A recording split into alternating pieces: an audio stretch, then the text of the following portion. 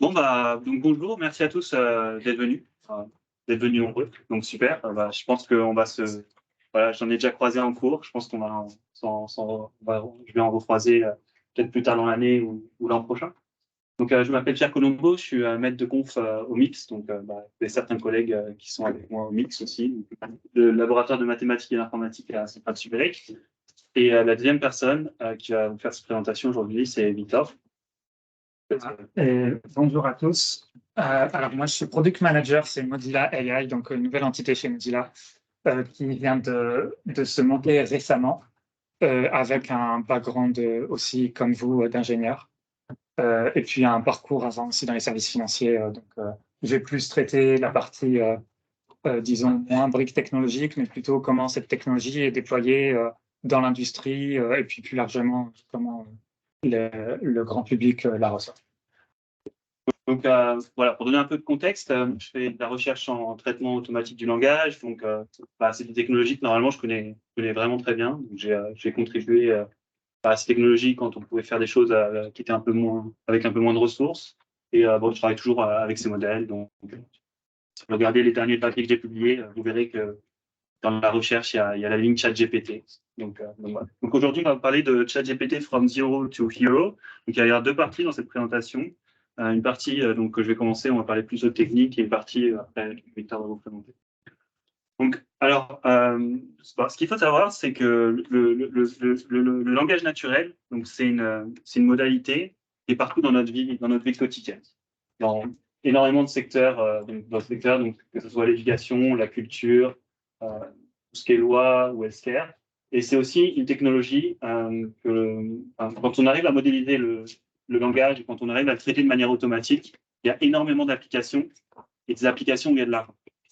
Donc, vous avez quelques exemples ici. Donc, par exemple, la traduction avec Google Translate. Vous avez aussi des assistants virtuels comme Amazon Alexa, Google Home. Tout ça, c'est des technologies qui utilisent du traitement automatique du langage.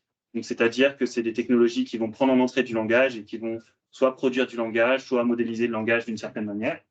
Et aujourd'hui, on va s'intéresser à un algorithme particulier qui est en fait donc ChatGPT. Je pense que vous avez tous utilisé. Notamment, on va voir un peu les innovations qui ont mené à ChatGPT. Donc, alors, ce qu'il faut savoir, c'est que le traitement automatique du langage naturel, c'est quelque chose qui est extrêmement ancien. Et ici, donc, vous avez un peu une frise chronologique des innovations qu'on a eues. Donc, en général, on dit que le Natural Language Processing, le traitement naturel du langage naturel, ça, premiers travaux, c'était en 1950 avec le Turing test, avec aussi genre des travaux de Shannon. Ensuite, on a eu une première phase où on modélisait le traitement du langage naturel avec ce qu'on appelle les grammaires de Chomsky. Donc, on utilisait, disons, des règles pour modéliser le langage. Après, dans les années 2000, on a une révolution statistique. Donc, qu'est-ce qu'on faisait? C'est qu'on modélisait donc, le langage naturel avec des stats. C'est un peu la partie machine learning que certains étudiants ont vu. Voilà. En 2010, on a eu une première révolution où on a appris à utiliser des réseaux de neurones. Et en fait, ce qui a permis d'utiliser des réseaux de neurones, c'est les cartes graphiques. Donc, on en reparlera après. Et là, on est un peu dans une nouvelle phase. On rentre dans d'autres régimes de données avec plus de pouvoir, plus de puissance de calcul, plus de données. Et donc, on est dans cette phase depuis, disons, 2023. Ça a commencé un peu avant, disons 2020. Depuis 2020, on arrive à faire des choses à grande échelle et on arrive à vraiment faire marcher le langage naturel. Donc, alors, ce qu'il faut savoir, c'est que toutes ces révolutions, on n'a pas vraiment changé la façon dont on voit les choses. Le langage naturel, en 1950, et maintenant, ça se modélise de façon très similaire. Par contre, ce qu'on a fait, c'est qu'on a injecté de la puissance de calcul et de la donnée. C'est principalement ce qu'on a fait. Et c'est ce dont on va parler aujourd'hui. Alors, juste, aujourd'hui, on va beaucoup parler de deep learning parce que c'est la technologie qu'on utilise actuellement pour faire du traitement automatique du langage naturel. On va juste mettre un petit peu de vocabulaire. Donc, en général, quand on parle d'intelligence artificielle, c'est l'ensemble des techniques qui permettent d'être utilisées pour mimiquer le comportement humain. Ensuite, il y a une sous-set de ces techniques qu'on appelle le machine learning. Donc, ce qu'on appelle le machine learning, c'est l'ensemble des techniques qui peuvent être utilisées pour apprendre d'exemples sans être explicitement programmées. Et de ces techniques, il y a une technique particulière qui nous intéresse aujourd'hui, c'est l'apprentissage profond, donc le deep learning. C'est une technique de machine learning. Donc, avec du deep learning, on apprend d'exemples, mais ce qu'on fait, c'est qu'on utilise des algorithmes spécifiques qui sont les réseaux de neurones. Les réseaux de neurones, on a une représentation symbolique qui est comme ça, comme ça. Bon, ça veut pas dire grand-chose, mais chaque fois qu'on parlera de réseaux de neurones et qu'on a ce symbole, vous pensez réseau de neurones dans votre tête. Donc, on ne va pas vraiment regarder en détail ce que c'est. Quand vous dites-vous que c'est une technique. C'est une technique. On lui donne des exemples en entrée, ça apprend et ça nous donne quelque chose en sortie. Alors, ce qu'il faut savoir, c'est que vous allez souvent entendre parler d'AGI. Donc, AGI, c'est Artificial General Intelligence. Les chercheurs, en ce moment, surtout aux États-Unis, ils sont dans cette quête de l'AGI. Donc, la définition de l'AGI, si l'AGI, c'est l'éléphant, chaque chercheur, chaque practitioner a une définition un peu différente de l'AGI. Donc, ça dépend vraiment des lots. Donc, une définition un peu réalistique, donc c'est la définition que je vais vous donner d'OpenAI. OpenAI, c'est la boîte qui a créé ChatGPT. Quand eux, ils pensent AGI, ils pensent à des systèmes autonomes qui peuvent outperform le travail humain de manière économiquement valuable. Donc, à chaque fois qu'on parlera d'AGI ou quand vous entendez quelqu'un parler d'AGI, ce que vous pouvez penser, c'est que vous pouvez penser à un robot qui peut faire plein de tâches, mais par contre, ça doit rapporter de l'argent. Voilà. Quand on parle d'AGI, quand les gens d'OpenAI parlent d'AGI ou quand quelqu'un en compagnie parle d'AGI, c'est plutôt ça. Quand quelqu'un dans l'académie parle d'AGI, c'est plutôt un idéal d'un algo qui pourrait résoudre de manière naturelle énormément de tâches. Donc nous, quand on parle d'AGI, on va parler de ça. Donc, comme je vous l'ai dit, donc la première partie, c'est moi qui ai l'affaire, et la deuxième partie, c'est plutôt sur risque, policy et géopolitique. C'est Victor qui va vous la faire. Alors, on va commencer par une introduction au machine learning. Donc, pour ceux qui ne sont pas très familiers avec ces techniques. Donc, qu'est-ce que c'est le machine learning et comment est-ce qu'on l'utilise, notamment avec des réseaux neuronaux? Alors, la base du machine learning, c'est des données qu'on va donner en entrée à un réseau de neurones. Et le réseau de neurones, il va faire des prédictions. Il va prédire quelque chose. Donc, la première phase dans le machine learning, c'est ce qu'on appelle l'apprentissage. Donc, quand on va parler d'apprentissage avec un réseau de neurones, ce que l'on a, c'est qu'on a des données qu'on donne en entrée à un réseau de neurones. Le réseau de neurones fait des prédictions. On a des labels, donc ça veut dire qu'on a on sait quelle est la vraie prédiction du réseau de neurones. On a une fonction coût qui nous dit à quel point le réseau de neurones il est loin de la prédiction. Ça nous donne une erreur. Et ce qu'on va faire, c'est qu'on va pénaliser le réseau de neurones pour qu'il apprenne à plus faire d'erreurs. Donc, à chaque fois qu'on parlera d'entraînement d'un réseau de neurones, en fait, on doit penser à ça. Donc, on a un réseau de neurones, on lui donne en entrée des données. Il y a une cost fonction qui nous permet de savoir à quel point on est loin de la prédiction et on pénalise le réseau de neurones. Et si on fait ça suffisamment de fois, le réseau de neurones, il apprend d'une manière ou d'une autre à résoudre la tâche. Ce n'est pas de la magie, c'est juste une vision au niveau de l'apprentissage. Donc, un exemple concret, donc, par exemple, si on a envie d'apprendre à prédire si une phrase est positive ou négative, ce qu'on va faire, c'est qu'on va prendre des données, donc plein de données, on va les donner au réseau de neurones. Donc, on connaît le label a priori de chaque donnée. Par exemple, I like running outside. Donc, c'est une phrase qui est positive. Et on va faire l'apprentissage jusqu'à ce que le réseau de neurones ait appris à résoudre cette tâche. Alors, il y a une deuxième phase qu'on va passer, c'est la phase d'inférence quand on va déployer un réseau de neurones. Donc, comment ça marche? Donc, on a des données, on donne un réseau de neurones, et une fois qu'on a entraîné le réseau de neurones nous fait des prédictions. Donc, à chaque fois que vous utilisez un réseau de neurones, vous êtes dans cette phase d'inférence. Donc, un exemple concret, donc une fois qu'on a entraîné le réseau de neurones précédent, donc ce qu'on peut faire, c'est qu'on peut l'utiliser, et à chaque fois qu'on a une phrase en entrée, en fait, ce qu'il va nous dire, c'est qu'il va résoudre la tâche, il va nous prédire, donc dans ce cas-là, que que cette phrase est positive. Est-ce que c'est clair la partie apprentissage? Machine learning, deep learning. Nous, on va parler uniquement de réseau de neurones dans ce qui suit. C'est clair pour tout le monde? Ok, super. Bel échauffement. Maintenant, ce qu'on va parler, c'est qu'on va parler du traitement du langage naturel avec des réseaux neuronaux. Alors, ce que je vous ai montré avant, ça s'appelle l'apprentissage supervisé. Donc, concrètement, ce que je vous ai dit, c'est qu'à chaque fois que je veux résoudre une tâche, il faut que j'ai des données, des labels, et je vais entraîner un réseau de neurones.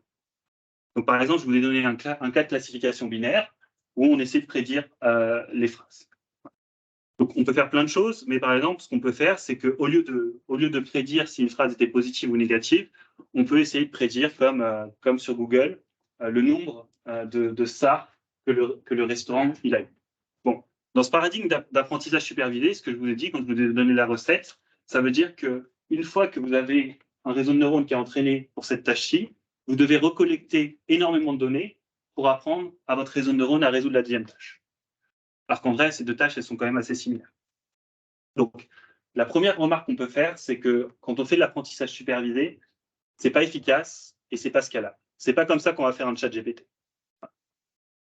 Donc, comment est-ce qu'on a fait? Donc ça, on est à peu près en 2018, donc c'est assez récent. Ce qu'on s'est dit, c'est qu'on va changer de paradigme. On va plus faire de l'apprentissage supervisé. On va faire de l'apprentissage non supervisé. On va avoir deux tâches. Une première tâche d'apprentissage non supervisé, où on n'aura pas de label, et une deuxième phase où on fera l'apprentissage supervisé qu'on a vu avant. Donc ça, c'est le paradigme de pré-entraînement, adaptation. Donc là, on est en 2018, et c'est sur ce paradigme-là que repose ChatGPT. Donc comment ça marche?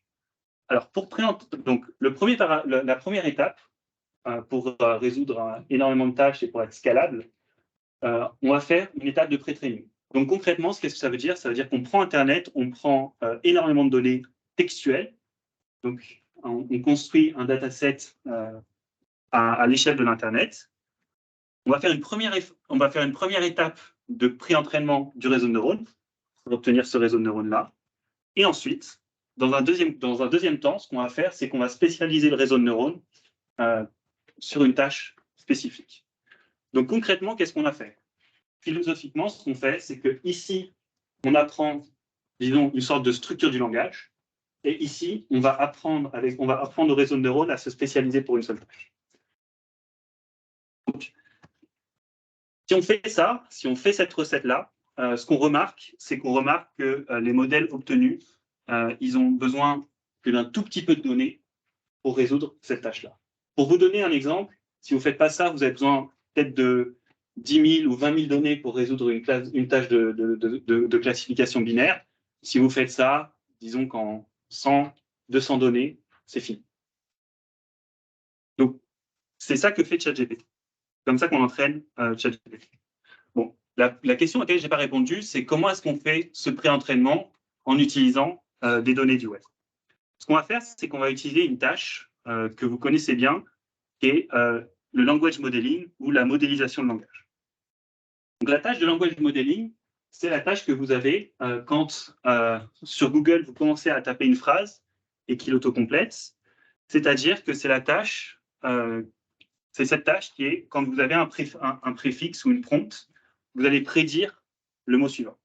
Donc, à chaque fois qu'on parle de langage modeling, c'est cette tâche-là, on a un préfixe et on veut prédire le mot suivant. Voilà. Par exemple, ici, vous avez un exemple. Donc, un langage modèle, c'est un réseau de neurones qui prédit le mot suivant. Parrots are among the most intelligent. Et vous devez prédire le mot suivant. Donc, comment ça marche? Donc, pendant la phase de pré-entraînement, ce qu'on va faire, c'est qu'à chaque fois qu'on a une entrée, un morceau de phrase de texte, ce qu'on va faire, c'est qu'on va prédire le mot suivant. Donc, si on a cette phrase, Parrots are among the most intelligent birds, si on donne au réseau de neurones Parrots are among the, le but c'est de prédire most. Une fois qu'on a prédit most, ce que l'on va faire, c'est qu'on va prédire le mot suivant. Donc, on va entraîner le réseau de neurones à résoudre cette tâche de manière autorégressive. Alors, la question que vous allez me poser, c'est que vous allez me dire, ah ouais, Pierre, c'est sympa, tu m'as donné une tâche de langage modeling, mais pourquoi est-ce que ça devrait m'aider à pré-entraîner mon réseau de neurones? Alors, ce qu'on voit, c'est que en fait, la tâche de langage modeling, c'est une tâche qui est extrêmement difficile à résoudre, même pour les humains. Donc, en fait, du coup, si le réseau de neurones il est bon à prédire cette tâche, qu'est-ce que ça veut dire? Ça veut dire que le réseau de neurones, il a appris des choses à propos du langage naturel. Donc, en fait, si on essaye de formaliser ça, en fait, ce qu'on se rend compte, c'est que le réseau de neurones, le but, enfin, ce qu'il doit faire pour résoudre cette tâche, c'est qu'il doit compresser tous les contextes possibles et généraliser donc la complétion de la phrase. Et pour résoudre cette tâche, le modèle, il doit apprendre de la syntaxe, de la sémantique et aussi des faits à propos du monde qui l'entoure. Et si on donne assez de données et qu'on a un modèle qui est assez grand, donc assez de paramètres, ce qu'on voit, c'est que le réseau de neurones, il fait un job assez, qui peut résoudre cette tâche. Si on utilise ce paradigme-là pour pré-entraîner sur le web entier, ce qu'on voit, c'est qu'on arrive à avoir des résultats qui sont extrêmement bons. Tout ça, c'est de l'explication avec les doigts. En vérité, la recherche théorique, disons, savoir pourquoi est-ce que ça se généralise à autant de tâches, c'est encore un problème qui est ouvert. Voilà. Donc, en pratique, ça marche trop bien. En théorie, on ne sait pas trop ce qui se passe. Alors, si on pré-train à l'échelle du web, ce qu'il faut savoir, c'est qu'on a d'autres challenges. Donc, le premier challenge, c'est la vitesse. Donc, on a réussi à pré-entraîner à l'échelle du web parce qu'en fait, on a une structure de réseau de neurones qui s'appelle les transformers, qui est extrêmement efficace. Ça, c'est 2017. Donc, en 2017, on a été capable de paralléliser l'entraînement des réseaux de neurones. Le deuxième ingrédient, quand on entraîne à l'échelle, c'est qu'il nous faut de quoi paralléliser. Donc, c'est les cartes graphiques. Concrètement, la révolution deep learning, c'est NVIDIA qui l'a supporté tout seul, en donnant des cartes graphiques sur lesquelles on peut faire du compute. Alors, ce qu'il faut savoir, c'est que le paradigme que je vous ai donné là, d'abord on pré-entraîne sur le web entier et ensuite on fine-tune sur une tâche spécifique. C'est ce qui a drivé le NLP depuis 2018. Donc, ce qu'on a vu, c'est que ce qu'on voit depuis 4-5 ans, c'est que c'est un paradigme qui est extrêmement puissant, qui marche pour les images, pour à peu près toutes les modalités. Donc, pour les images, pour le texte, pour l'audio, et même qui peut marcher entre modalités. Mais ce qu'on voit, donc, si on regarde ce graphe-ci, donc ça, c'est en axe des abscisses, c'est l'année et le nombre de paramètres en axe désordonné. Ce qu'on voit, c'est que les modèles, ils ont tendance à devenir de plus en plus bons. Donc ça, on va voir pourquoi. Donc jusqu'à présent, ce qu'on a vu, donc première partie, on a vu un peu de machine learning général. Deuxième partie, on a vu le machine learning pour le NLP. Donc ce qu'on a vu, c'est qu'on a vu le nouveau paradigme où on prend énormément de données du web et ensuite on fine-tune un modèle. Maintenant, dans cette partie-là, on va parler d'une famille spécifique de réseaux de neurones qui s'appelle la famille GPT et qui a notamment donné ChatGPT. Alors, qu'est-ce que ça veut dire, GPT? Alors, GPT, ça veut dire Generative Pre-Training. Donc, c'est un papier qui a été fait en, disons, 2018, 2019 ou 2020, je ne sais plus exactement, qui a été fait en fait par les gens d'OpenAI, où ils formalisent ce paradigme de pré-entraînement, qui est le paradigme de pré-entraînement avec le langage modèle, c'est-à-dire que, étant donné un contexte, on prédit le mot suivant. Alors, pourquoi c'est intéressant de prédire le mot suivant et de ne pas faire autre chose? C'est parce qu'en fait, dans le web, en fait, on n'a que des données textuelles. Donc, étant donné une phrase, en fait, on est en train de faire de la supervision sans label. Alors, quand on parle des modèles GPT, ce qu'il faut entendre, c'est que d'abord, c'est un transformer, c'est un modèle qui est basé sur les transformers. Vous vous souvenez quand je vous ai dit, ah oui, il y a deux parties dans la partie pré-entraînement à l'échelle, c'est les transformers et les GPU. C'est un transformer. C'est cette architecture-là qu'on utilise. à chaque fois qu'on va parler de GPT, ce qu'il y a, c'est qu'on a pré-entraîné ces modèles sur une quantité énorme de données, typiquement données du web. Et ce qu'on a fait aussi, c'est qu'on a réchauffé la planète parce qu'on a entraîné ça en utilisant un nombre incroyable de cartes graphiques. Ce qu'on observe empiriquement et ce qu'on a observé depuis des années, c'est que si on fait ça, en fait, on arrive à battre toutes les approches concurrentes sur énormément de tâches, notamment question answering, summarisation, translation, enfin traduction et résumé de texte, qui sont en fait les tâches utiles, les tâches où il y a de l'argent en NLP et les tâches qui ont des vraies applications. Alors, ce qu'il faut savoir, c'est que la famille GPT, donc il y a eu énormément de modèles. Donc, d'abord, il y a eu les GPT, pour être très clair, c'est une famille de langage modèle. Donc GPT, c'est pré-entraîné, c'est un langage modèle qui prédit Donc la famille GPT, donc il y en a eu 3 versions, qui ont été séparées à peu près d'1 an et demi, et ça a donné 2 types d'applications. Donc GPT-4, je ne sais pas si vous en avez entendu parler. Voilà. Donc GPT-4, c'est du texte avec des images. Et nous, ce qui nous intéresse un peu plus, aujourd'hui, c'est la partie dialogue. Donc GPT plus du dialogue qui a donné ChatGPT. Et récemment aussi, je ne sais pas si vous utilisez Bing, mais dans Bing, vous utilisez ChatGPT avec une composante de retrieval, de recherche d'informations. Donc ça, c'est la partie Microsoft OpenAI. Donc, Microsoft, ils ont racheté OpenAI, pas longtemps. Et donc, il y a les concurrents du côté Google, où Google, leur business, c'est de faire de la recherche d'informations. Donc, vous entrez une query, il vous sort les documents qui sont intéressants. Et ça, c'est la deuxième partie dont on va parler aussi un peu aujourd'hui, qui est la partie donc, qui a donné une autre famille de modèles, donc Lambda et BART. Je ne sais pas si vous en avez entendu. Donc, ce qu'il faut savoir, c'est qu'ici, disons qu'on a 1, 2, 3, 4, 5 langages modèles dont on va parler. Chaque langage modèle, c'est une application qui est différente. Si on veut faire du texte et des images, c'est chez GPT. Si on veut parler à un ami imaginaire, c'est ChatGPT. Si on veut faire de la retrieval avec Microsoft et avec Bing, c'est ChatGPT plus la retrieval. Et si on a envie d'utiliser Google, dans quelques mois, probablement, en Europe, on aura accès à Bard. Voilà. Donc, quelle est la rupture qu'on observe? Donc, tout à l'heure, on a parlé du classical. Pourquoi est-ce qu'en fait, vous trouvez ça tellement incroyable, ces modèles? Tout à l'heure, on a parlé donc du pipeline de machine learning classique où on apprenait en faisant des erreurs. Bon. La famille de GPT et tous les modèles que je vous ai cités, ça ne marche plus comme ça. Ce que l'on fait, en fait, c'est que on ne fait plus d'essais erreurs comme ça.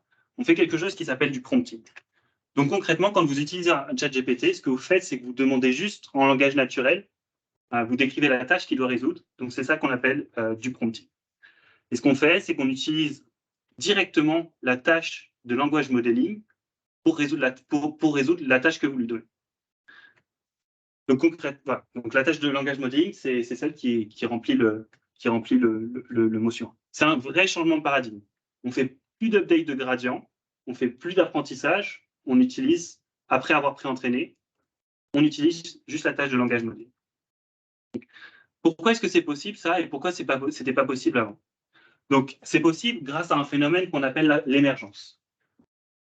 Ce qu'on appelle l'émergence en deep learning, c'est ce qu'on observe, c'est que quand on augmente le nombre de paramètres d'un modèle, donc vous avez la scale du langage modèle ici, quand on arrive au-delà de 100 milliards de paramètres, ce qu'on voit, c'est que le modèle est capable de faire des choses qu'il n'était pas capable de faire avant.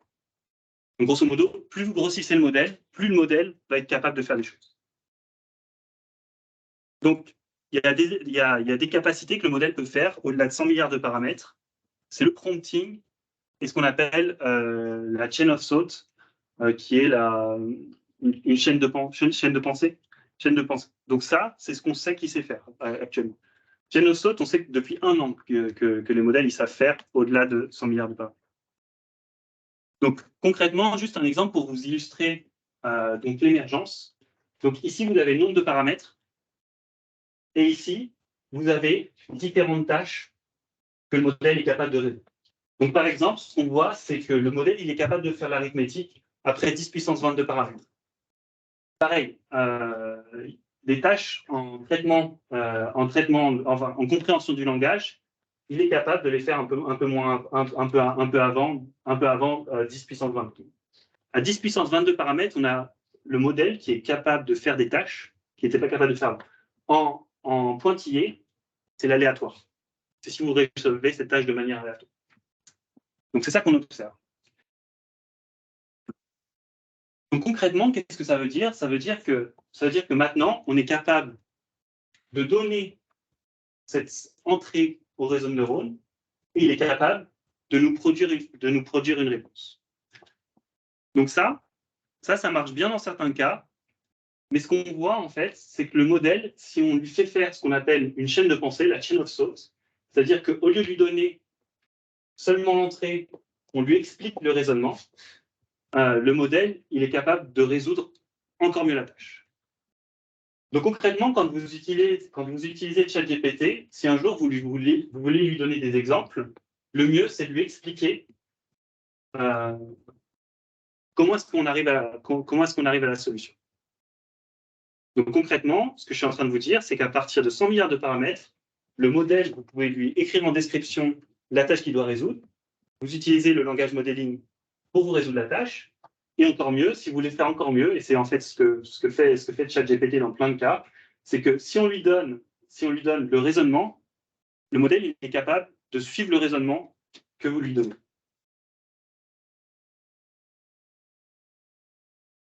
Encore une fois, dans tout ce qu'on a fait, pour ceux qui sont habitués au machine learning classique, il n'y a pas d'update de gradient, il n'y a plus d'apprentissage. On pré-entraîne le modèle et on le déploie en production. On fait juste une inférence.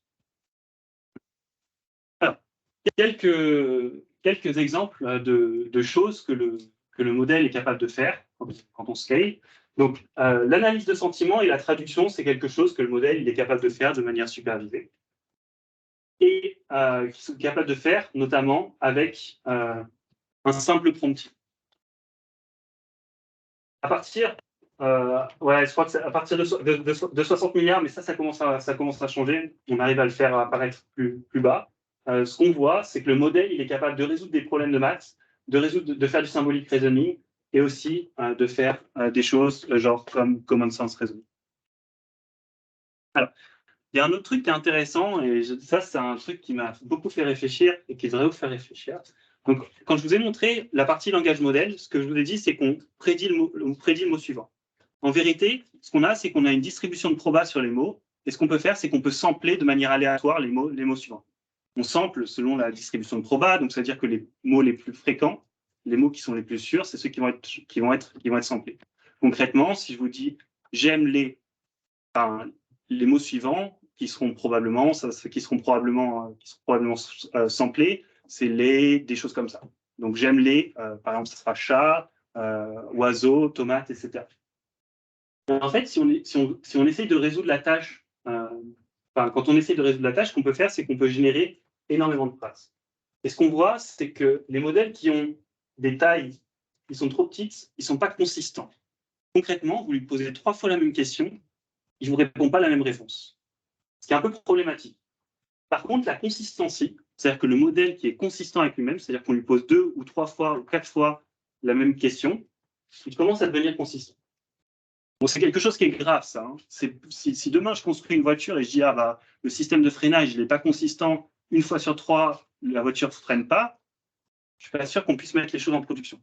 Voilà.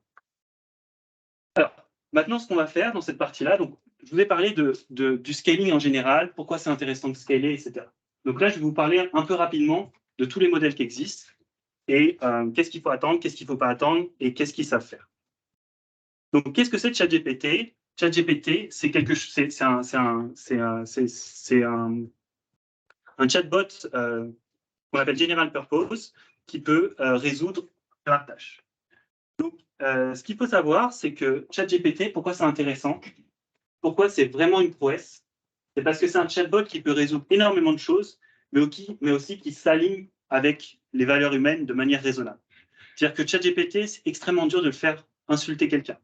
C'est extrêmement dur de lui faire prendre des risques sur des questions un peu touchy, genre politique. Voilà. Donc ça, cette partie-là, cette partie qu'on appelle l'alignement humain, elle est possible grâce à quelque chose qu'on appelle du reinforcement learning et Victor va vous parler un peu plus de cette partie alignement. Mais ça, c'est la véritable prouesse. Donc avant, en 2017, en 2020 et même récemment, on a eu plein d'initiatives qui ont essayé de mettre des chatbots en production. Les chatbots, ils étaient tous racistes, ils insultaient les utilisateurs au bout de quelques jours. Ça, c'est la véritable prouesse de ChatGPT. Voilà. Bon, c'est un super outil à utiliser, mais ce qu'il faut savoir, c'est que il n'y a pas de notion de correctness. Donc, il n'y a pas de notion de factualité dans ChatGPT. ChatGPT, ce qu'il faut savoir, c'est qu'il a été entraîné à prédire le mot suivant. Donc, tout ce qui est factuel, il ne connaît pas très bien. Donc, il peut donner aussi des questions, des réponses inconsistantes. Cet entraînement autorégressif aussi, ça le rend pas très fort avec les nombres. Il ne comprend pas vraiment le langage et il n'est absolument pas capable d'avoir des sentiments. Donc, tous ceux qui voient des choses où ils disent oui, ChatGPT est plus sentient qu'un humain, c'est pas terrible. Voilà. Il y a un autre problème aussi, ça a été un peu résolu, mais son pré-entraînement, il a été fait jusqu'en 2021, donc tout ce qui est après 2021, c'est pas sûr qu'il soit au courant. Par exemple, quand il a été déployé, il ne connaissait pas sa propre existence. Voilà. Il est meilleur que pas mal de choses, mais ce qu'il faut savoir, c'est qu'il n'est pas meilleur que l'état de l'art dans plein de domaines. Donc, si demain, en fait, on essaie de faire un système de traduction, ChatGPT, c'est pas vraiment ce qu'il faut utiliser. Voilà. Et voilà. Donc, tout ce qui est offensive langage, ça peut être bypassé avec des simples tricks. Ça, si vous voulez, on en reparlera. Donc, ChatGPT, ça a été adapté pour de la recherche d'informations, et notamment, c'est ce qu'a fait Bing. C'est pour ça, en fait, qu'ils essayent, que Microsoft a racheté OpenAI. Ce qu'il faut savoir, c'est que pour chaque pourcentage de market que Microsoft pique à Google dans la retrieval, 1% de market, c'est 2 milliards en revenus annuels. Voilà. Donc, c'est pour ça que Microsoft sont si agressifs avec OpenAI. Donc en fait, Bing, qu'est-ce que c'est? C'est un enjeu. Enfin, ce qu'ils ont fait avec Bing, c'est qu'ils ont mis c'est un search engine qui est augmenté avec ChatGPT. Ce qu'il peut faire, c'est qu'il peut résumer plein de documents. Vous allez voir, enfin, si vous jouez avec, vous allez voir qu'il y a une partie interactive, etc. C'est la même chose que ChatGPT, mais ça cite les sources. Donc voilà. Il peut aussi répondre à des événements récents en utilisant les informations du web. Comme d'habitude, les limitations, c'est les mêmes. C'est qu'à chaque fois qu'on utilise des réseaux de neurones et à chaque fois qu'on utilise des réseaux de neurones préentraînés, il y a le problème de la confiance dans les réponses qu'ils donnent. Il y a le problème avec les nombres. Par exemple, si vous le faites résumer des rapports financiers, c'est pas terrible. Il y a la partie computationnelle, parce que quand on déploie un modèle de 100 milliards de paramètres en production ou 100 milliards plus en production, ça coûte cher avec les GPU. Et ouais, c'est pas terrible quand ça parle comme une personne. Ouais. Donc, il y a eu des choses qui ont été déployées pour ça. Non, je vais rapidement vous parler de GPT-4, donc, qui est disponible depuis pas longtemps d'ailleurs avec des images. Donc, GPT-4, qu'est-ce que c'est? Donc, c'est le langage modèle qu'on a parlé, sauf qu'en fait, en entrée, quand ils ont pré-entraîné, ils lui ont aussi donné des images. Donc, au lieu de prédire que des mots, ils l'ont fait prédire des images. Donc, il est multimodal, ça veut dire qu'en fait, il peut prendre en entrée à la fois des textes et des images, et il sort du texte. Et ça gère les longues entrées, donc par exemple, on peut lui donner des textes entiers, ça va marcher. Et c'est comme d'habitude, à chaque fois que OpenAI sort un GPT, ça marche super bien et ça bat tout le monde sur les benchmarks. Donc, certains parlent de human level performance sur certaines benchmarks. Alors, bon, bien sûr, c'est comme d'habitude, il y a pas mal de limitations. Alors, ce qu'il faut savoir, c'est que quand ils ont sorti GPT-4, on était tous très intéressés par GPT-4, parce que d'habitude, OpenAI, ce qu'ils font, c'est qu'ils réalisent un papier de recherche. Pour la première fois, OpenAI, ils ont décidé de pas donner, de nous donner aucun détail sur le jour d'entraînement, sur la taille du modèle, sur le compute qui a été utilisé, et ils ont juste donné un rapport qui donnait les performances du modèle. En fait, on n'a aucune idée de ce sur quoi ça a été entraîné. Donc, en fait, il y a des limites à ce problème-là. Par exemple, toutes les performances qu'on vous donne, on pense qu'ils ont overfité les benchmarks et qu'ils ont donné les benchmarks à manger au modèle pour être les meilleurs. Et comme d'habitude, il y a de l'hallucination, il y a du plagiat, c'est super biaisé comme modèle et ça n'a pas été entraîné après 2021, sur des données après 2021. Donc, la knowledge de ce qui s'est passé après 2021, il n'en a aucune. Là, je vais juste vous parler 2 minutes de la partie Google, du contre-coup de Google. Et ce qu'il faut savoir, c'est que Google, ce qu'ils viennent de faire récemment, ils viennent de faire un gros truc, c'est qu'ils avaient 2 équipes de recherche. Ils avaient l'équipe de recherche qui s'appelait de Google DeepMind, ils avaient l'équipe de recherche de Google Brain, qui sont 2 équipes extrêmement concurrentes, avec très peu de collaboration entre eux, et ils viennent de les fusionner. Ils viennent de les fusionner pour donner une réponse commune à OpenAI. Donc, a priori, c'est un des rares moments où le business de Google de Retrieval est vraiment menacé. On va parler des 2 modèles qui sont Lambda et Barb. Donc, Lambda, quand il est sorti, ce qui s'est passé, c'était une histoire un peu rigolote. C'est un ingénieur est arrivé et a tweeté, donc la communauté Deep Learning est beaucoup sur Twitter, et a tweeté que le langage, enfin, ce modèle que Google avait fait était sentient. Donc, il a été viré à l'américaine directement. Voilà. Et c'est comme ça qu'on en a beaucoup entendu parler. Donc, ce qu'ils ont fait, Google, c'est comme ils font bien sûr de la retrieval, ils ont utilisé donc, leur super langage modèle, Lambda, pour faire un outil de recherche d'information qui s'appelle BARB. Voilà. Donc, comme d'habitude, c'est super pour faire de la summarisation, c'est super pour faire de la recherche d'information, mais tout ce qui est factualité, confiance, etc., c'est pas terrible. Donc, à chaque fois qu'on utilise ces langages modèles, c'est des langages modèles qui peuvent halluciner, qui peuvent vous raconter n'importe quoi. Donc doucement. C'est la principale limite de ces outils. Deuxième partie, pour Victor. Ouais, alors, je vais essayer du coup. Pardon. Je ne sais pas, est-ce que tu veux répondre à des questions maintenant sur la partie ou à la fin? Si vous préférez voir. À la fin. À la fin, on peut utiliser sur la fin, ça vous. Super. Je vais essayer du coup un peu de dézoomer sur la partie technologique que Pierre nous a présentée et à commencer d'abord par l'adoption de cette technologie dans l'industrie et de revenir un tout petit peu sur les risques. Donc, on a vu qu'il y a ces lois empiriques de passage à l'échelle où on a des phénomènes émergents qui donnent au modèle des capacités, des capabilities qui sont importantes. Mais on a aussi, en fait, on observe, surtout dans l'espace Trustworthy AI, donc il y a de confiance, explicabilité, mémorisation, etc., des lois de passage à l'échelle inverse, en fait. Donc, c'est-à-dire que plus le modèle est gros, moins il a des caractéristiques qui sont bonnes pour la confiance. 2 exemples, par exemple, plus un modèle est gros, plus il va pouvoir mémoriser des informations qu'il a vues dans les bases de données et donc potentiellement recracher des informations confidentielles sur les gens qui se prennent quelque part sur Internet, ou plus il est aussi sujet à ce qu'on appelle prompt injection attack, des attaques adverses où on veut faire dire ou faire faire au modèle des choses dont a priori les concepteurs n'ont pas voulu que le modèle puisse faire. Donc, il y a ce type de risque. Il y a bien évidemment le risque d'hallucination. Donc, le modèle, vous lui demandez une information et tout d'un coup, il va raconter n'importe quoi avec une confiance, un degré de confiance très important. Et donc, potentiellement, l'utilisateur va croire quelque chose.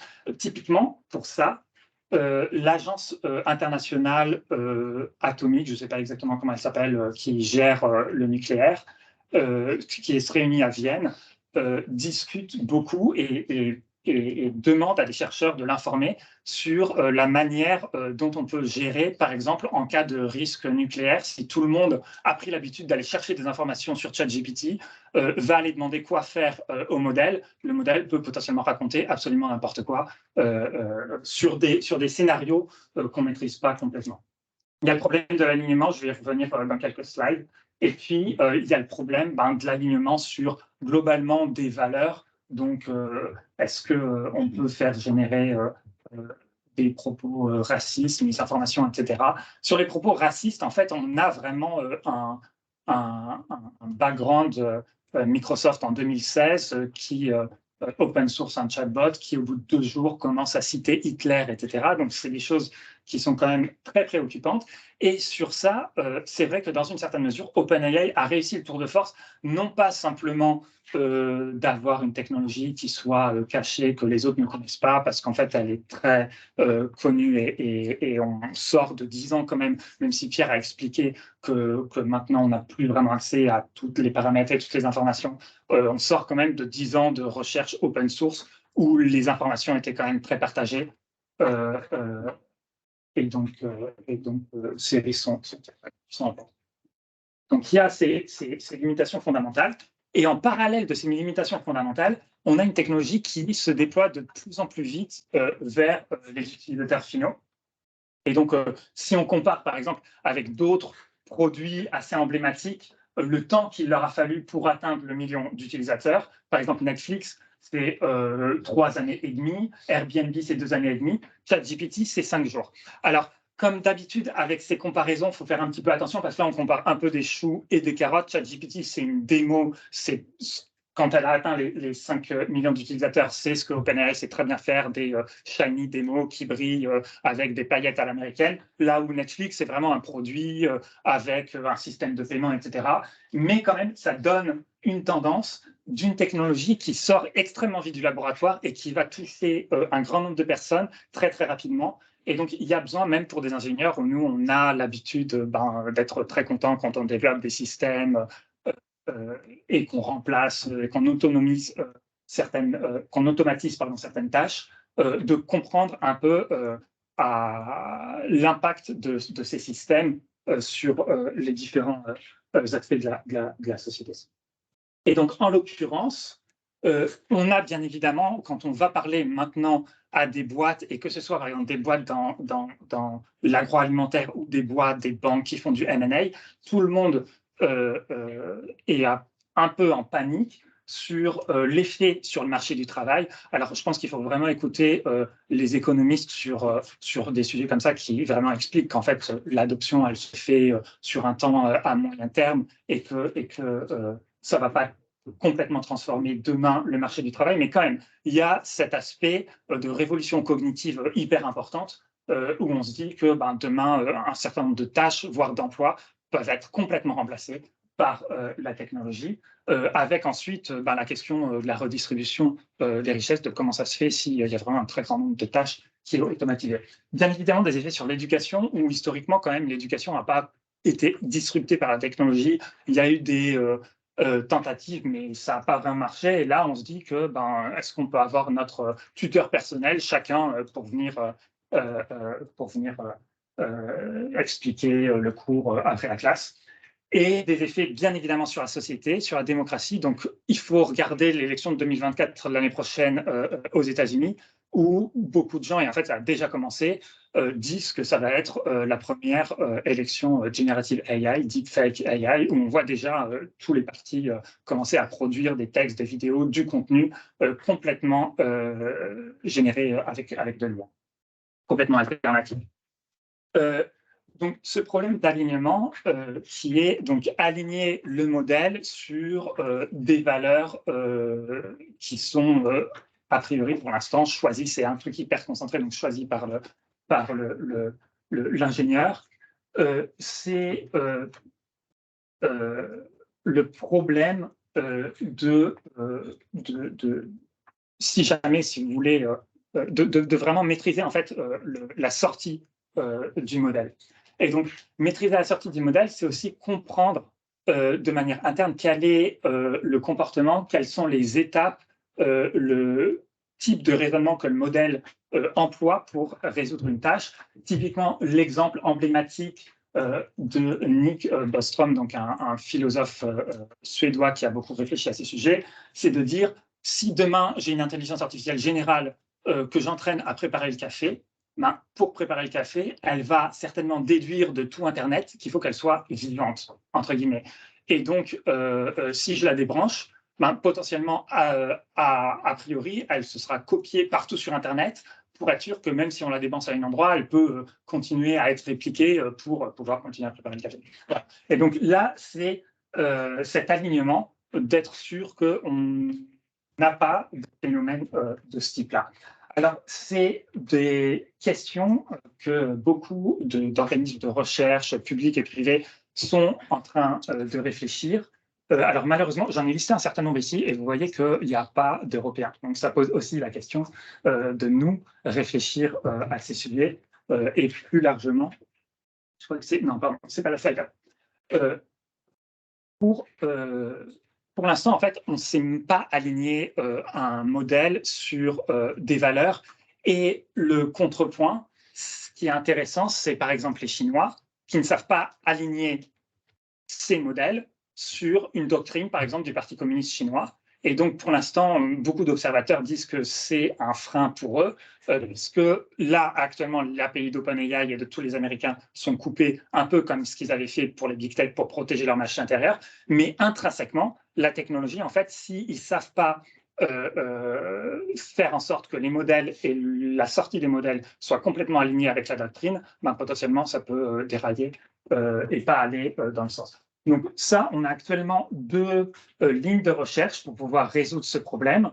La ligne de recherche qui donnerait au LLM des nouvelles capacités qui serait de fixer durant l'entraînement, d'aligner le modèle sur des valeurs. Et par exemple, Yann Lequin est très sceptique et dit que lui, non. Là, il faudra faire un saut technologique dans le paradigme et qu'on n'arrivera jamais avec le Next Word Prediction, donc ce que Pierre vient de vous expliquer, à pouvoir aligner les systèmes de manière vraiment intrinsèque sur des valeurs. La deuxième possibilité pour faire ça, c'est ce qui est fait actuellement, c'est qu'en fait, quand vous utilisez ChatGPT, quand vous utilisez Bing, etc., il y a le modèle, bien évidemment, qui est le cœur de la technologie, mais par-dessus, il y a plein de couches de sanitizer, de filtres, qui s'assurent a posteriori que le contenu est correct en certain sens. Et donc ça ne donne pas du tout de nouvelles capacités intrinsèques au modèle. Et comme on peut le comprendre, c'est assez limité parce que là, il n'y a plus du tout de question de généralisation.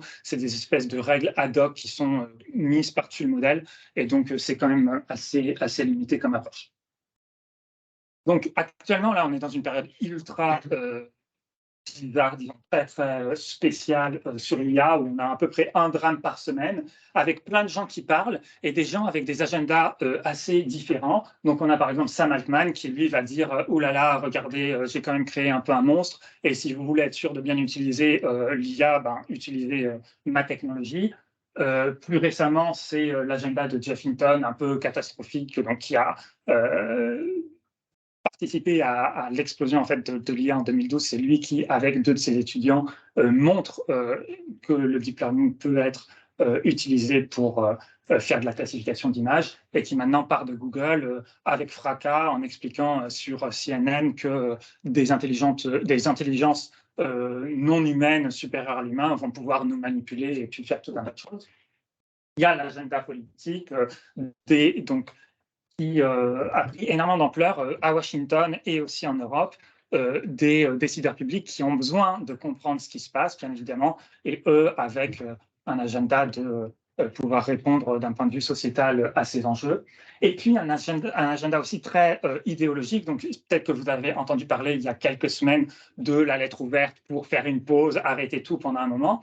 En fait, cette lettre ouverte, elle a été publiée par le Future of Life Institute, qui sont en fait des gens d'un courant philosophique très marqué, qui s'appelle le long-termisme, et qui en fait se disent que les risques actuels de risques sur la démocratie, d'hallucination, etc., sont pas très graves et qu'il faut plutôt penser l'agenda à très long terme de risques de catastrophes pour l'humanité et que voilà. Et donc c'est en contradiction totale avec les risques actuels et qu'on ferait mieux de s'occuper sur ces risques-là. En dehors de ces débats, du coup, on entend ça un peu partout.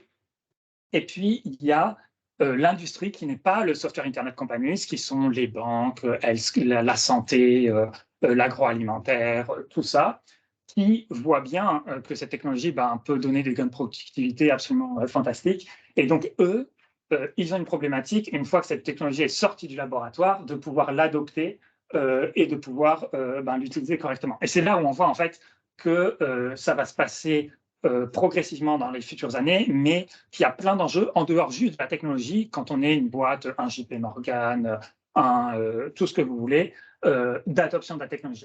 Donc là, je vous ai fait par exemple, pour comprendre la pipeline, l'espèce de network organisationnel chez JP Morgan dans juste une des entités, par exemple Consumer Banking, où vous allez avoir différentes lignes, par exemple pour une problématique de donner accès ou pas au crédit à un consommateur. Vous allez, depuis en fait la collecte des données jusqu'à la décision, avoir un certain nombre de silos avec en fait le data scientist qui est le machine learning engineer qui ne sont pas responsables de la collecte des données. Ces silos qui sont historiquement dans les services financiers, c'est très bien parce qu'après la crise de 2008, on s'est rendu compte que si on séparait un peu les entités, ça pouvait être bien pour ne pas se faire propager des choses catastrophiques, sont en fait en contradiction avec l'IA qui est vraiment récolter des très gros datasets, croiser tout, mixer tout ça, et puis voir à la sortie.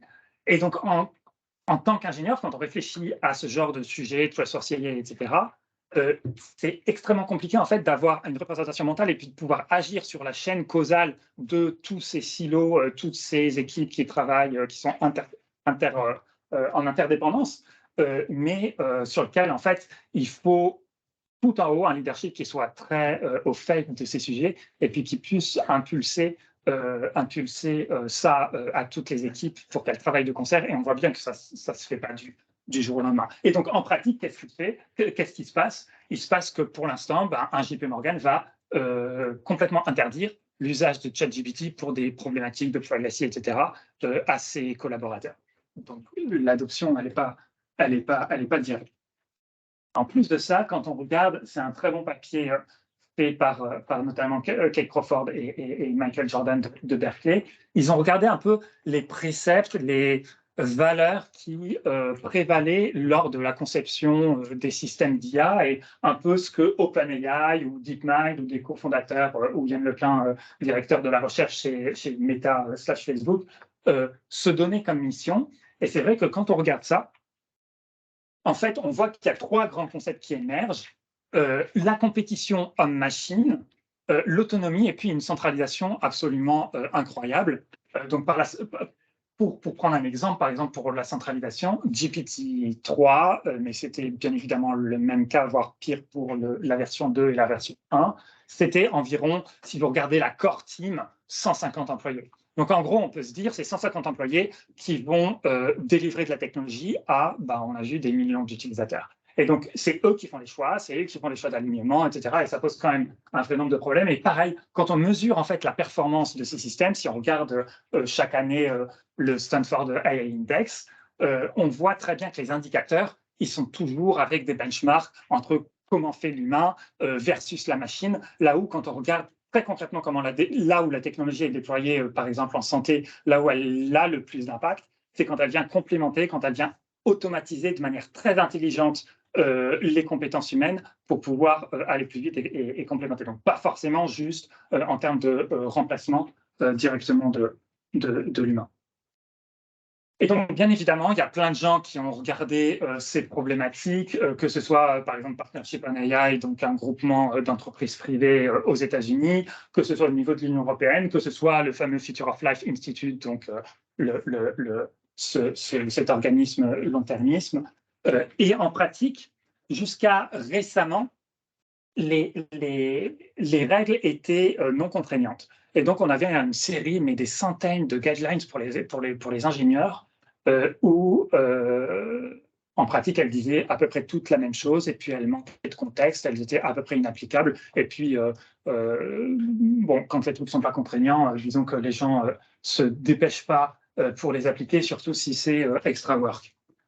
Et donc, plus récemment, on a quand même un certain nombre de législations qui sont en train d'entrer en vigueur et pour lesquelles les entreprises se préparent quand même assez activement, en particulier celle de l'IA Act.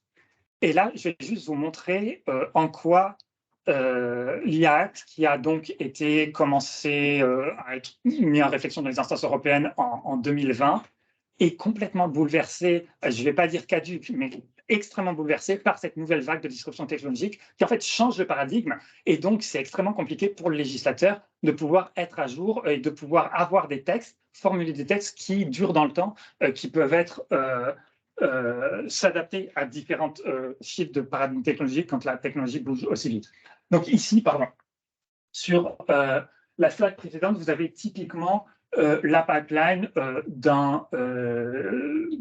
lorsqu'on développe en interne dans des entreprises des modèles d'IA sur l'IA classique, donc c'est-à-dire j'ai une tâche et puis je veux que le modèle réalise une tâche spécifique. Donc qu'est-ce qu'on faisait? On explorait les data, on faisait de la feature engineering, on entraînait nos modèles, on validait nos modèles. Ensuite, on avait surtout dans les services financiers ces trois lignes de défense, donc risque, compliance et puis le business. Et on avait énormément de cycles itératifs entre ces parties et les ingénieurs avant que le modèle soit mis en production. Typiquement, ça pouvait durer 6 mois, 1 an. Et donc, on distingue deux phases. C'est les phases que Pierre vous avait expliquées entre l'entraînement et puis la phase d'inférence. Donc, en bleu, l'entraînement, ex ante, le déploiement du modèle, et puis en orange, le déploiement du modèle. Et en fait, l'IA Act conserve vraiment cette dualité en imposant aux providers des systèmes donc des conformity assessments, donc une liste en gros de checklists de trucs à respecter. Et puis, une fois que le modèle est déployé, du monitoring avec un reporting des incidents et puis une obligation de monitorer, traquer différentes métriques qui sont importantes. Donc, qu'est-ce qui change en fait avec ChatGPT et avec Generative AI? En fait, tout le framework de l'IA Act, il est basé sur une approche de risque. Donc, vous avez différents niveaux de risque. En fonction des différents niveaux de risque, vous avez différents conformity assessment, différentes obligations. Et la problématique, c'est que quand vous avez une technologie qui est general purpose, qui est faite par les entreprises DeepMind, etc., comment on peut appliquer un niveau de risque si le modèle il est capable de faire tout un tas de tâches. Et donc, ce qu'on pourrait penser naturellement, c'est que les contraintes porteront sur ceux qui prendront le modèle et l'appliqueront à un certain domaine. Donc là, on connaîtra le domaine et on pourra appliquer ce framework. Sauf que ce qu'on constate, c'est que ceux qui ont les ressources à la fois économiques et de savoir, ce sont ces AI providers, donc ces entreprises qui fournissent vraiment la brique technologique de base, et que ceux qui adaptent les modèles pour un cas d'usage ont très souvent beaucoup moins de ressources, surtout que ces modèles sont de plus en plus commoditisés, donc c'est de plus en plus simple de prendre l'API d'un AI provider de OpenAI, disons, et d'aller l'appliquer à un cas d'usage. Et donc, en fait, on ne peut pas demander le même niveau de contrainte à ces types de personnes qui sont broader développeurs, disons, dans la communauté, que ce qu'on pourrait demander aux gens qui développent le modèle de base. Mais ce modèle de base, en fait, il s'applique à plein de systèmes et de cas d'usage. Et donc, cette approche risk-based tombe complètement. Et donc là, ce texte doit rentrer en vigueur en 2024. et il y a énormément de discussions pour savoir est-ce qu'on l'adapte, comment on l'adapte, sachant qu'il ne rentre pas du tout dans ce schéma, et est-ce qu'on doit juste avoir un nouveau texte. Il y a d'autres approches que l'approche basée sur le risque. Par exemple, le DSA, donc ce texte sur la modération des réseaux sociaux, qui lui se base en termes de conditions sur un nombre d'utilisateurs, un seuil de nombre d'utilisateurs, et au-dessus de ce nombre d'utilisateurs, on a cette réglementation contraignante qui rentre en place. Mais là, pareil, en fait, même si peut-être vous voyez de manière, enfin, vous êtes plus familier avec les cas d'usage B2C des technologies General Purpose d'OpenAI, c'est-à-dire les assistants, etc. En fait, la plupart des sujets qui vont créer vraiment beaucoup de valeur, c'est du B2B, c'est-à-dire d'un business qui va servir un autre business. Et donc, cette approche basée sur un seuil de nombre d'utilisateurs ne marche pas non plus. Et donc, ces espèces d'audits conditionnels, conditionnés sur une règle, que ce soit risk-based ou un nombre d'utilisateurs, ne rentrent pas du tout dans ce schéma de Generative AI, et c'est un espèce de problème ouvert pour le législateur qui est assez complexe. Pour finir, peut-être un mot de l'aspect plus, disons, souveraineté et la bataille internationale sur cette technologie qui, on comprend bien, cette révolution peut donner des avantages significatifs, même en termes de stratégie. Actuellement, par exemple, en Ukraine, alors, c'est pas GPT, mais une boîte qui s'appelle Palantir, qui donne énormément de software aux Ukrainiens, est en train d'intégrer à l'heure actuelle cette technologie dans leur software. On a plein de use cases, tout un ensemble de cas d'usage qui peuvent être très bien réalisés avec GPT. Et donc, ça donne, bien évidemment, un avantage stratégique d'avoir accès et de maîtriser l'état de l'art de ces technologies. Et donc, actuellement, c'est ce qui est en train de se passer. Alors, pour prendre, par exemple, un exemple hyper concret, vous avez des Ukrainiens qui peuvent intercepter de la radio russe à l'échelle, disons, et utiliser GPT pour faire toute une série de tâches, typiquement comprendre donc c'est Name Entity Recognition, donc c'est la reconnaissance d'entités nommées, des noms, des localités, etc., mettre tout ça dans des bases de données, comprendre aussi les actions qui sont dites à la radio par les Russes, et puis aussi mettre dans une base de données, pouvoir comprendre l'équipement dont il parle et le nombre de tanks, le nombre de roquettes, de missiles, etc. Et donc, on comprend bien que si on a accès à une technologie qui est supérieure à celle de l'adversaire, ça donne tout de suite stratégiquement un avantage. Et donc ça, tous les pays l'ont bien compris. Donc, on a plein de nouveaux cénacles diplomatiques où on discute de ces sujets. Et puis, on a aussi des problématiques de souveraineté. Donc, je prendrai 2 voire 3 exemples super rapidement. Comme par exemple en Corée, Naver Labs, donc, qui est l'équivalent coréen de Google, sort un nouveau modèle de langue basé sur le coréen avec l'alphabet. Dans leur communiqué de presse, ils expliquent très explicitement que ce modèle participe à la souveraineté coréenne et à la défense de leur modèle. Et pareil, la Chine, donc, de manière assez emblématique, au niveau industriel, ils ont nommé 11 entreprises qui sont des champions nationaux en IA et qui ont pour objectif de déployer la puissance chinoise à travers la planète. On a aussi maintenant dans l'open source, en fait, quand vous regardez les licences, donc les conditions d'utilisation de certains logiciels open source, une grande université chinoise qui a développé un modèle de langue et qui dit très concrètement dans sa licence que le modèle ne peut pas être utilisé contre les intérêts chinois, contre la Chine. Voilà. Et donc tout ça amène à quoi? Amène à mieux comprendre et aider en fait la société en général et en particulier les décideurs publics à comprendre cette révolution. Et donc là, il y a énormément de tractations et de réflexions qui sont menées. Donc, par exemple, Partnership on AI, ces boîtes, on se réunit régulièrement et on discute de la manière dont on peut bien communiquer aux décideurs publics, à des gens qui sont un peu plus loin que le cercle restreint des ingénieurs, l'état de l'art de la technologie, les limites, les capacités. Et pour ça, il y a besoin de bien mesurer. Et donc, cette problématique d'évaluation, c'est, je pense, actuellement un des plus gros défis où, en fait, quand on mesure, on a des techniques pour mesurer les compétences d'un modèle sur telle et telle tâche. En fait, selon le framework d'évaluation qu'on utilise, on a des résultats différents.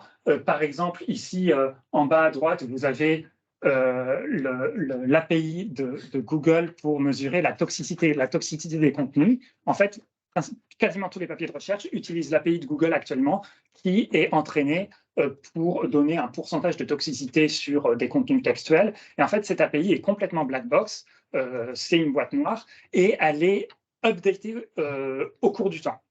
Elle est updatée over time. Et donc, ce qui fait que si on regarde un benchmark et des modèles à un moment T, et qu'on revient 2 semaines plus tard et qu'on rebenchmark les mêmes modèles, en fait, on aura des classements qui vont changer.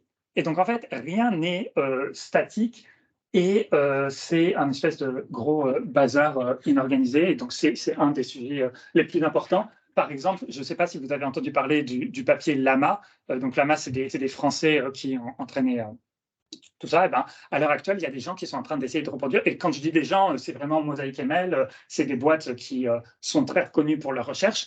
Ils sont en train d'essayer de reproduire les résultats pour retrouver les résultats d'évaluation des modèles Lama.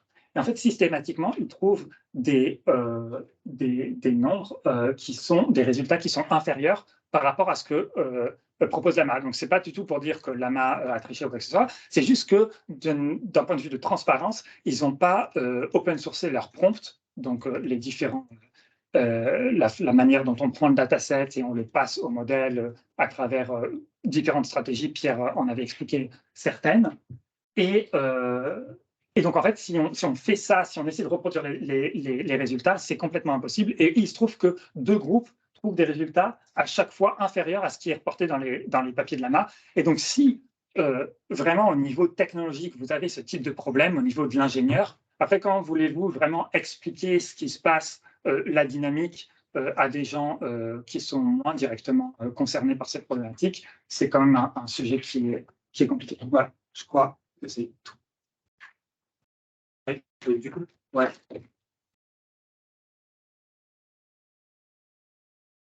Ouais, si vous regardez cette présentation, vous retrouverez que je pas l'idée qu'on a écouté.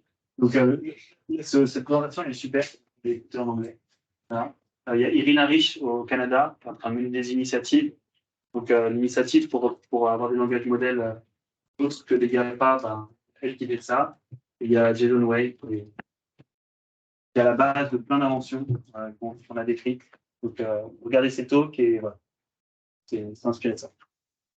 Du coup, bah, si on peut peut-être prendre 10 minutes de questions et puis après, voilà. Vas-y, je t'en prie.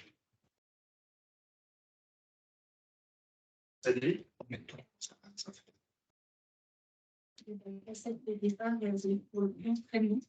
Ouais, moi, je suis pas. Du coup, est-ce que finalement les données, le dataset, comment est-ce qu'il est créé? D'où est-ce qu'il vient exactement? Et finalement, comment est-ce que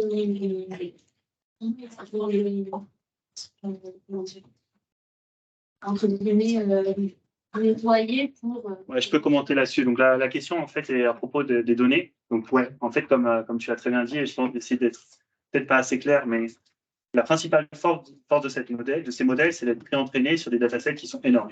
Donc comme j'ai parlé de web scale data, ce qu'on fait, c'est qu'on arrive et qu'on prend tout le web entier.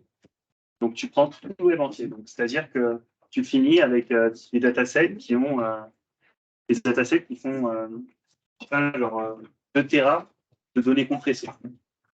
On parle souvent en milliards de tokens, donc c'est 300 milliards de mots. Donc ça vient du web. Maintenant, la question, c'est comment est-ce qu'on processe, comment est-ce qu'on filtre, comment est-ce qu'on s'assure qu'il n'y a pas n'importe quoi à l'intérieur. La question quand tu as une telle quantité de données, on ne sait pas ce qu'il y a à l'intérieur, on n'est pas capable de la processer, on fait des traitements automatiques, mais qui ne marchent pas très bien. Et en fait, on ne sait vraiment pas ce qu'il y a. Donc, en fait, on prend tout ce qu'il y a. Le pari, pardon. Contradiction dans les données. Du coup, finalement, comment est-ce qu'on peut prioriser une donnée sur une autre? Mais tu priorises pas. Tu apprends tout ce qu'il y a. Et en fait, c'est la base de tous les problèmes. Donc, l'hallucination, les insultes, etc. C'est qu'en fait, le modèle, il a appris à modéliser ces parties-là. Du coup, il a fait recracher. Le pari, c'est de dire scale beats noise, c'est-à-dire on passe à l'échelle et on battra tout le bruit qu'on peut avoir dans les données, ce qu'en pratique ne se passe pas. Donc là, en fait, tu mets le point sur des parties très importantes, c'est qu'en vérité, on ne sait pas ce qu'il y a derrière ces modèles-là, au niveau data. Alors là, on commence à avoir, depuis 6 mois, on se rend compte que la qualité, on commence à reprendre en conscience de la qualité des données. Donc on fait des pré-processing qui sont extrêmement conservatifs, mais c'est toujours pas clair. Ce qu'on voit, en fait, c'est, Victor, il l'a bien dit, c'est qu'en fait, au bout d'un moment, en fait, on arrive à aller au-delà du bruit.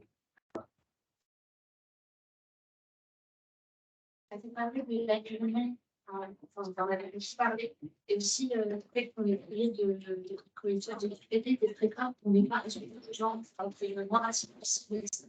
Je ne sais pas si vous avez vu ça passer, il y avait des personnes aussi comme ça, je sais qu'ils avaient créé des gens, c'était plus jeune, ou un peu comme ça, pour justement sélectionner quand c'était raciste, homophobe ou pas, pour justement qu'il y ait ce genre de choses.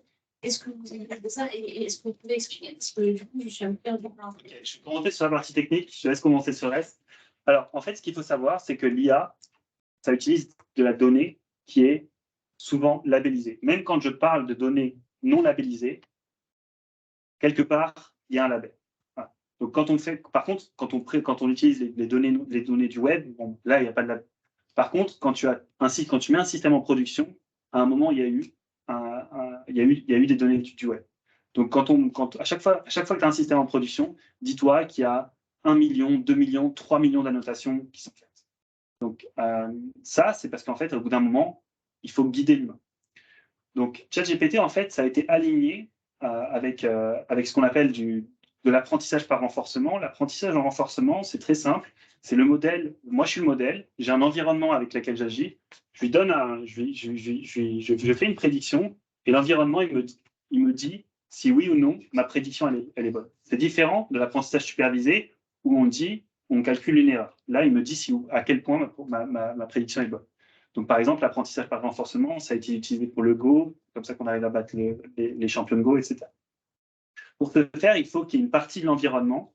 Enfin, il faut qu'on arrive à modéliser cet environnement, c'est-à-dire que, étant donné une réponse générée par ChatGPT, il faut qu'on sache à quel point elle est alignée avec les valeurs humaines. Donc, cette partie-là, elle était entraînée de manière supervisée et ça a coûté à peu près 2 millions de dollars. Enfin, c'est les chiffres qu'on a. Donc, ça veut dire que OpenAI, avant de mettre le ChatGPT en production, ils ont donné donc, pour 2 millions de dollars à une entreprise. Donc, ils ont pris énormément de données. Probablement, à noter, ça doit coûter 10 centimes. C'est ce qu'on a à peu près. À noter une phrase, ça doit coûter 10 centimes. Donc, à peu près 20 millions de phrases, ils ont donné à cette entreprise-là, qui a noté et qui a entraîné un modèle à prédire si oui ou non c'est aligné avec la partie. Donc, c'est vrai que sur la partie. Donc, qu'est-ce qui se passe en fait? Il y a une énorme asymétrie. Quand on dit intelligence artificielle, du coup, l'artificiel, on peut en débattre avec ce que Pierre vient d'expliquer, puisqu'il y a besoin d'annoter. Et donc, ce qui se passe, c'est que OpenAI a besoin de faire annoter des données par des humains, et que ça, il passe par des sous-traitants qui sont des plateformes qui sont elles aussi en Californie, mais qui vont employer des gens et regardent le coût du travail. Et donc, en l'occurrence, c'était des Kenyans à 2 dollars de l'heure. Donc, c'est le Time qui a sorti ça. Et c'est vrai que ça pose énormément de questions qui ont déjà été quand même mis en lumière depuis un certain temps par des chercheurs comme Kate Crawford qui parlent de ça depuis un moment, comme en France ici Antonio Casilli qui explique très bien ça, de la redistribution et de la manière dont est créée l'IA, pas out of nowhere, hors de tout contexte, mais vraiment quand on regarde la chaîne de valeur, on voit très clairement des asymétries qui sont multiples entre l'université et l'industrie maintenant, mais aussi nord-sud et très clairement géographique.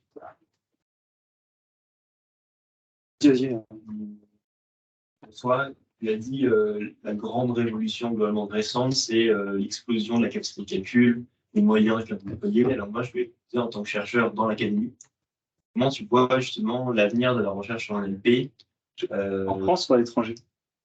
J'ai la chef du lab qui est juste là. Je dirais les deux, et surtout d'un point de vue au sein de l'académie, au sein de votre réunion, on comprend bien que ça va marcher, mais quelle va être la place de l'académie? Comment vous allez réussir à garder une certaine autonomie?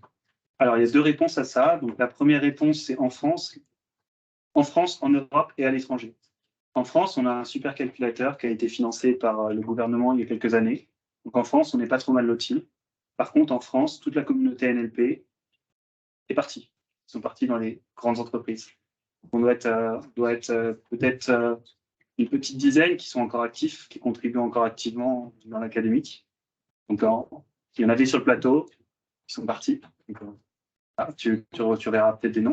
Donc ça, c'est en France, on n'est pas trop mal lotis. S'il n'y a pas un investissement massif pour updater les cartes graphiques, la recherche en NLP dans 2 ans, je pense que c'est fini. Donc ça, après, à voir si le gouvernement a des sous. En Europe, les Allemands ont énormément de problèmes. Tous les labs Italie, Espagne, Portugal, ils ont énormément de problèmes à avoir une place. En Angleterre, c'est un peu mieux. Aux États-Unis, justement, là, je parlais d'Irina Rich en Amérique du Nord, ils ont plus de sous, plus de compute, ils arrivent à exister un peu. Ouais. Ça, c'est l'état de la recherche un peu dans le monde.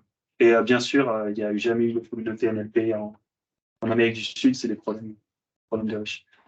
En Chine, ils ont une communauté qui est extrêmement active, et le chinois, c'est probablement mieux modélisé que l'anglais. Ouais. Donc, on sait pas. C'est le gouvernement qui met des sous. Je vais revenir. Allez-y.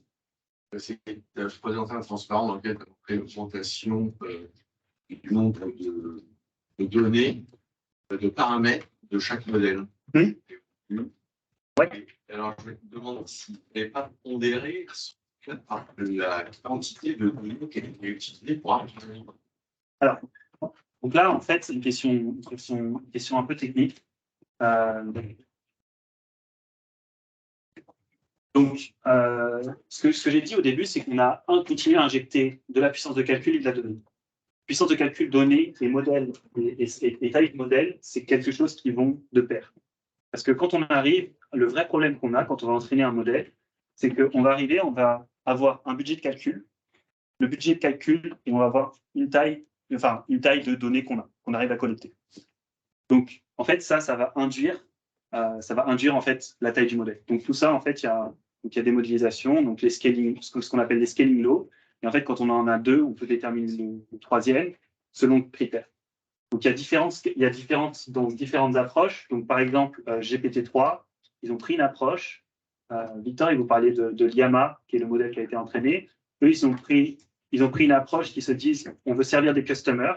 Donc, ce qu'on va faire, c'est qu'on va minimiser la taille du modèle pour avoir le modèle avec le plus petit temps d'inférence qui atteint une meilleure loss. Donc, ça, c'est on pourrait appeler ça lama optimal. Il y a une autre partie qui s'appelle Chichila optimal. Le problème, c'est vous avez un nombre de données et un nombre de computes. Quelle est la taille du modèle pour avoir le minimum de loss sur l'entraînement? Mais si on est Chichila optimal, dans ce cas-là, on va avoir un modèle plus large. Donc, un modèle plus large. Donc, est-ce qu'on va servir mieux les customers? Donc, il y a différentes modélisations. Mais ce qu'on voit, c'est qu'il y a une relation log linéaire entre le nombre de modèles, les paramètres du modèle, le nombre de data et le compute qu'on injecte. Mais c'est vrai que c'est différents trade-offs, différents compromis. Et ce qu'on voit, c'est que dans le papier de Chinchilla, justement, ils expliquent bien qu'en gros, ils voient que tous les modèles sont sous-entraînés et que si on veut servir des consumers pour un très large nombre d'utilisateurs, la règle rule of thumb, c'est vraiment de entraîner plus un modèle pour taille constante et il y aura plus de gains. En fait, je me suis peut-être fait exprès, mais le nombre de données sur Internet disponibles ne augmente pas linéairement. En fait, On a vu à peu près, je pense, enfin, il y avait quelqu'un qui faisait un peu à la main, qui s'appelle Stella, qui est la aide d'une initiative open source qui s'appelle Eleuther. Elle estimait qu'on avait vu 1%. Que là, en fait, ce qu'on utilisait, c'était 1% des données. Il y a énormément de jeux privés. Donc, par exemple, la dernière fois, je regardais, par exemple, comment faire un truc pour des lois. Le problème, c'est qu'en France, ben, les API du gouvernement, elles sont claquées, donc on ne peut pas avoir accès aux datasets. Mais par contre, au Japon, ils ont tous les cas qui sont numérisés depuis 100 ans. Donc en fait, au Japon, ils sont en train de réentraîner un modèle. Mais au Japon, le fait qu'il y ait cette disponibilité des données, ça fait qu'ils vont avoir des modèles extrêmement performants pour faire toutes les applications juridiques. Voilà. Il y a Doctrine qui fait ça, mais pas cette Doctrine, je ne pense pas qu'il fasse du deep learning. J'avais regardé un peu, je ne pense pas qu'il fasse du deep learning. Enfin, je ne pense pas qu'il fasse beaucoup, que ce ne soit pas le cœur de leur solution. Je pense qu'on a sur une dernière question. Et après, on pourrait poser d'autres questions et discuter dehors, juste devant la salle. Du coup, ça rejoint un peu la question précédente, c'est sur le futur du récolte de data web, notamment avec l'inclusion des modèles de langage large. C'est comment on va réussir à savoir si on ne réentraîne pas notre modèle sur des parties déjà de modèles précédents. Surtout avec la utilisation de ChatGPT et tout. Est-ce que ça n'a pas posé un problème? Est-ce que ça a déjà été testé de réentraîner un modèle sur les données qui en sortaient déjà? Est-ce qu'on va arriver à un moment donné où ça sera important d'avoir des datasets un peu safe des années précédentes qui soient du coup garantis d'avoir ce paradigme de nouvelles données qui arrivaient et qui avaient déjà été recrachées par GPT, surtout dans un contexte de concurrence entre deux gros blocs, Google et OpenAI. Enfin, absolument. En fait, c'est pareil, une gestion de compromis et ça dépend aussi énormément du cas d'usage. Ce qui se passe, il y a ça. Il y a aussi donc un peu sortir de ce paradigme de très large langage modèle qui sont entraînés sur un peu tout Internet, mais d'arriver à avoir un peu les mêmes capacités sur certains types d'applications avec des modèles de taille plus réduite et avec des jeux de données d'extrêmement grande qualité.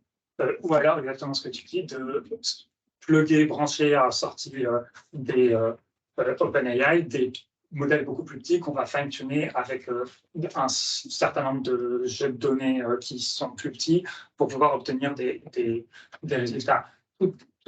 Les compromis, il y a aussi un énorme problème de respect de la vie privée, de la privacy, etc. Est-ce qu'on a envie de passer au très gros modèle, à l'API, les requêtes qui peuvent être de la propriété intellectuelle de telle ou telle boîte ou pas? Et là, ce qu'on voit, c'est qu'il y a une très très forte dynamique pour aller. Alors, il y a un peu deux approches, mais pour faire simple, j'ai juste en explicité une seule. Venir faire entraîner et puis tourner à l'inférence des modèles dans le navigateur, dans le téléphone, on-device en gros. Et si on fait ça, au lieu d'utiliser des modèles d'une centaine de milliards de paramètres, on peut avoir des capacités proches sur certaines tâches avec des modèles d'une petite dizaine de milliards de paramètres, ce qui est quand même significativement moins important. Et si on a des datasets de très très bonne qualité, on peut réussir à répliquer ça. La solution, ce serait du coup de réduire un peu le champ des possibles des données. Est-ce qu'il n'y aurait pas une solution de justement de caractériser les données en sortie d'un modèle, typiquement le watermark, la reconnaissance par statistique, est-ce qu'il y a une signature à ChatGPT qu'on pourrait laisser par dessus? Alors ça, c'est un problème qui est un peu ouvert. Je donne la réponse. La réponse longue, c'est qu'il y a des chercheurs qui peuvent faire croire que ça marche. La réponse courte, c'est que c'est un problème qui est ouvert. Donc ça s'appelle, en fait, il y a Stanford qui a sorti un truc, mais peut-être ça ne marche pas. En fait, ce que tu es en train de me dire, c'est j'ai un point, enfin, j'ai un réseau de neurones qui a été entraîné. Est-ce que le réseau de neurones a vu ce point-là pendant l'entraînement? Ça s'appelle Membership Inference Attack. Ça ne marche pas en NLP. Ça marche un tout petit peu en vision, mais en NLP, ça ne marche pas et probablement ça ne marchera jamais. Parce que les modèles, ils sont devenus trop forts. Tu entraînes à prédire le mot suivant. En fait, ce qu'il est en train de te faire, ChatGPT, ce qu'on te dit en filigrane ici, c'est que en fait, il est en train de te recopier quelque chose qu'il a vu quelque part. Quand un modèle il atteint une loss d'entraînement de 0, c'est-à-dire qu'il a mémorisé une dataset. juste ça. C'est-à-dire que ça, ces paramètres, ça va distiller de la façon. Mais si vous, on en reparle plus technique si ça t'intéresse. Juste après. Écoutez, merci pour votre temps. Merci d'être venu.